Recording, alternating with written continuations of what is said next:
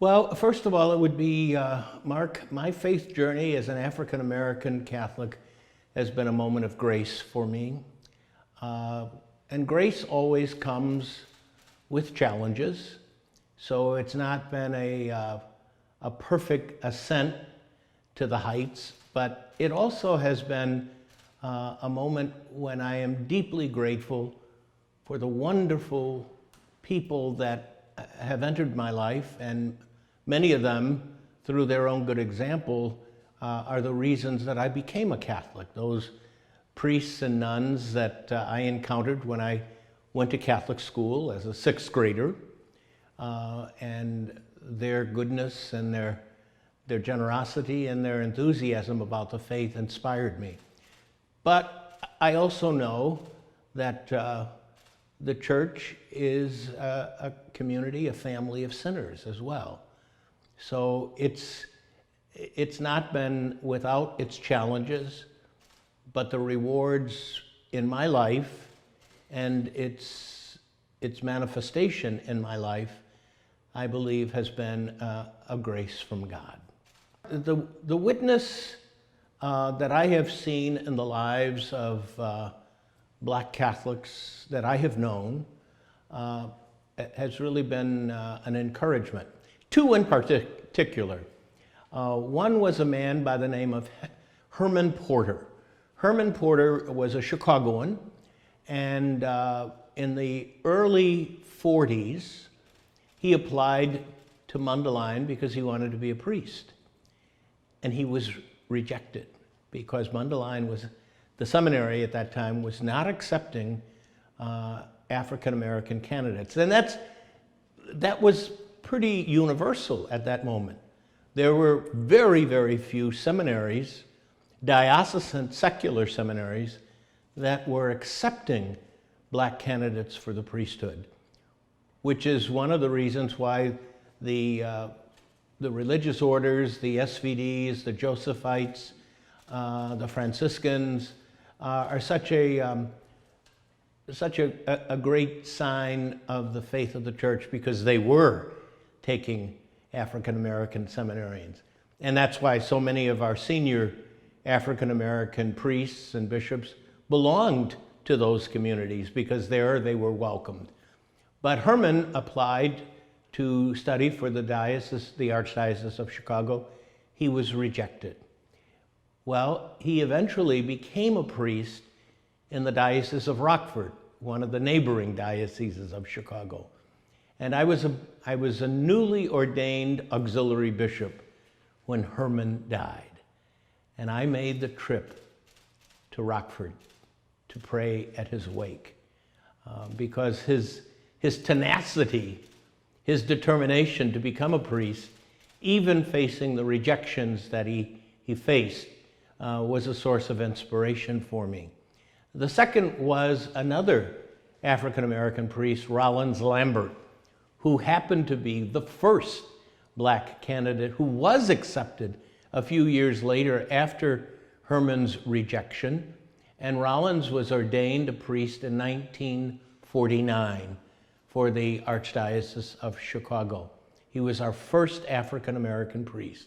And I got to know Rollins very well as a young priest. He worked for the conference here in Washington for the desk for African Affairs.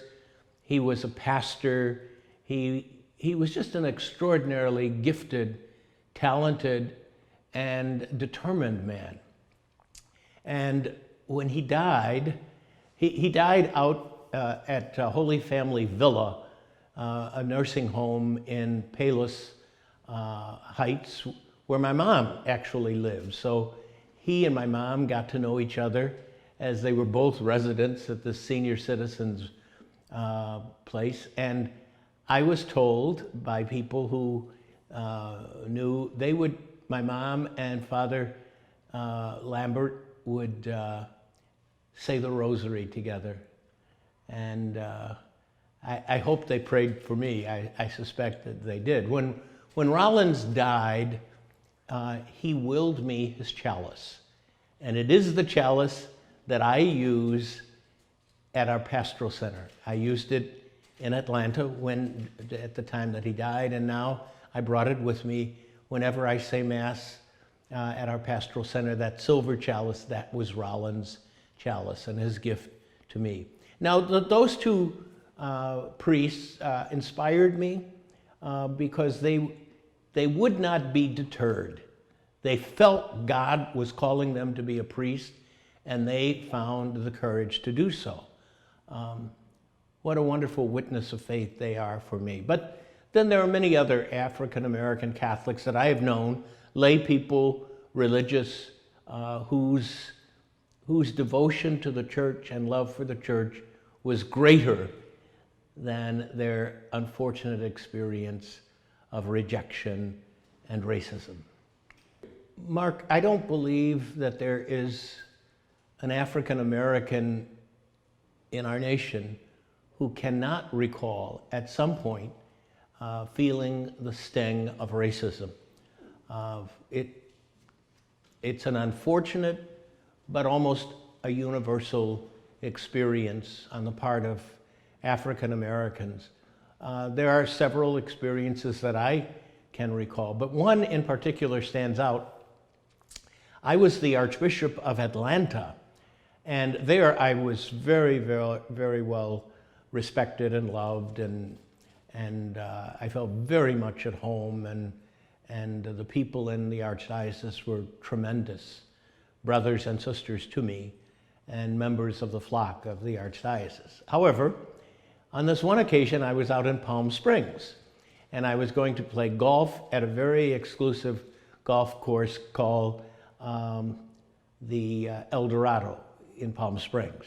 It's the same golf course in which President Eisenhower had lived, so one of his retirement homes was there. Anyhow, I had been invited by a friend, and obviously, as I came up to the golf course, my host knew I was the Archbishop of Atlanta, but no one else did. And there was a gentleman who drove up in his car, saw me there at the golf course getting ready to begin the round, and he said, "Could you get my clubs out of my car?" Because in his mind, any black man that was on that course was not there to play, he was there to work. So I thought to myself, this is a good experience for me, because it reminds me that while I may be the Archbishop of Atlanta, in the eyes of a lot of people, when I'm not wearing the Episcopal garb, I'm a black man and I belong in a black man's place.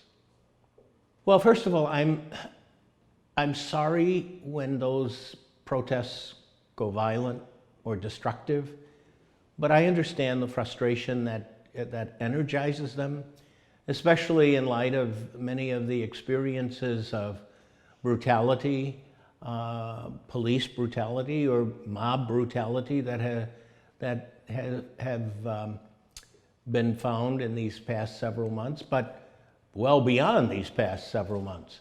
So I understand the reasons that people have engaged in protests. I disavow and find offensive the fact that some of these demonstrations have grown violent, but they have to be seen in context. Well, I think they are carrying on the legacy of a lot of the civil rights leaders of the past century. I mean, they are continuing the work calling for justice, which is still a matter that is incomplete. One of the things that's going on that gives me hope is, well, there are two things, and I've said this publicly and I'll repeat them. One is the attention that the media is paying to this is a sign that they understand people in authority, corporate executives, sports figures, people of influence, they see this as an ongoing struggle, and they want to be a part of it. So there are a lot more stories that are now covered in the media that might not have been covered before. And there are a lot more people of influence and importance who have decided to align themselves with this moment in history. I wrote an article for the Catholic Health Association publication a couple of months ago describing exactly that, the disparity in how this disease has impacted the communities of color, Native Americans, African Americans, Hispanic Americans, the poor. It's a lesson that we still have to address, that some communities, some segments of society bear the brunt of this disease, disproportionate to our numbers, but because of the inequities that are still very much present in our world. However, I think it's also a great opportunity for our country to rediscover our heritage of freedom, our American ingenuity, our need to care for one another's in a much more aggressive fashion. I think that Pope Francis's recent encyclical, Fratelli Tutti, is a contextualization of what we have to do as Catholics, but also as men and women of goodwill, as he addressed this encyclical, saying that we are all called to see each other as brothers and sisters. What should we do as a church, and what should we do as individual members of the church? That's really the focus of your question. As a church, we still have to align ourselves with the poor and those who are disenfranchised. I think that theme has been paramount in Pope Francis's pontificate, to say that we have to see the world with eyes that extend to the peripheries and to the ends of society. We have to see those who are most in need of our attention, our affection, our support, our care. As individuals, we've embarked on this project within the Archdiocese of Washington, entitled In the Image of God, in God's own image. It means that we need to talk to each other honestly, charitably, and we need to listen to each other, to hear the stories that are personal, the experiences that are personal, so that we can change our hearts. I've used this image before, I'll use it again. To take down a granite statue of someone who was a Confederate hero, or someone whose political or social position encouraged segregation or discrimination, to take down those statues is important. It's a step. But if we don't change the human heart, all we've done is remove a granite statue while leaving our stony hearts unaffected. I've struggled like everyone else, but what's kept me focused is my love for this country, the good, the potential that I see in this country, even though it's not fully realized in so many different areas, and my love for my church. We are a church, a family of sinful people. That's who we are. And we only delude ourselves when we don't admit our need for conversion, for metanoia, for change. So it's that dual experience of love of my family of faith and love of my national family that spurs me on.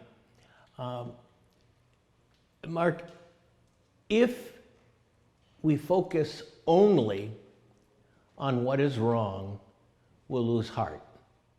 So we have to say, yes, we have to acknowledge the flaws that we discover within our faith, within our nation, within our own hearts. But if we focus only on the flaws, we'll miss the possibility of change and metanoia that the Lord calls us to. If the media has so many wonderful capacities, it really does. I mean, it gives us information, it can connect us.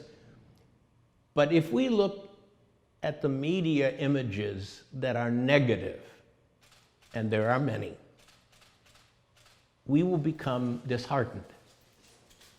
I have decided that I'm not going to engage in just looking at the negative images of hatred and violence and bigotry that are rampant in so many media platforms. I'm going to balance those with images that are also in social media of young people working together, of people engaging in acts of charity and kindness. I